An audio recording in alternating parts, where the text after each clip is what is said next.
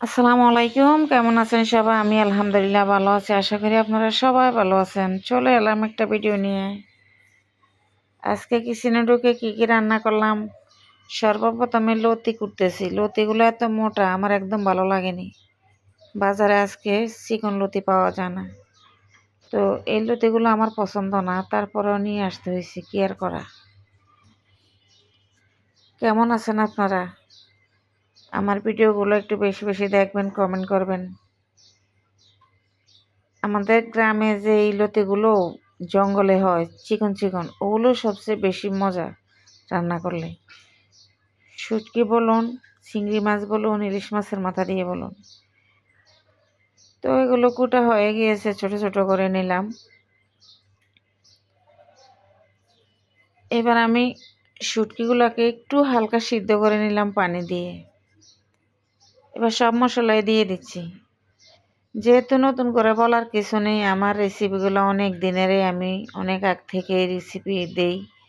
এখন তো অত আমার কম দেওয়া হয়, আগে তো আমি রেগুলারলি রান্নার রেসিপি দিতাম। যেহেতু আমার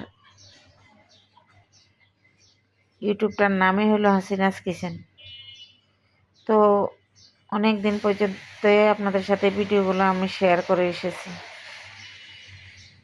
নতুন নতুন অনেক অডিয়েন্স, অনেক আপু ভাইয়েরা আমার সাথে যুক্ত হয়েছে। আমার সাবস্ক্রাইবারের সংখ্যা হলো 10,000 থেকে একটু কম আছে। সবার একটু দোয়া ভালোবাসা চাই।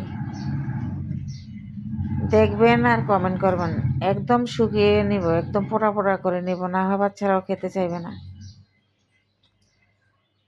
আমার বাচ্চারা আগে খাইতে চাইতো না এই কচু লতি, তো এখন একটু একটু খায়, আমি শিখিয়েছি। সাথে আজকে ভাজি করবো কলমি শাক। অনেক মানুষের নাকি কলমি শাক খেতে করে, মানে ঘৃণা লাগে। আমি বুঝি না, শাক আবার এটা ঘৃণা করার কি আছে। অনেকেরই পছন্দ, আসলে পছন্দ না পছন্দ অনেকের থাকতেই পারে, সেটা আসলে বলাটাও ভুল। অনেক কিছুই তো অনেকে খায় না, আমি কাকে কি বলবো। যেমন আমি খাসির মাংস খাই না, হাঁসের মাংস খাই না, তো পছন্দ না পছন্দ এরকম থাকতেই পারে মানুষের।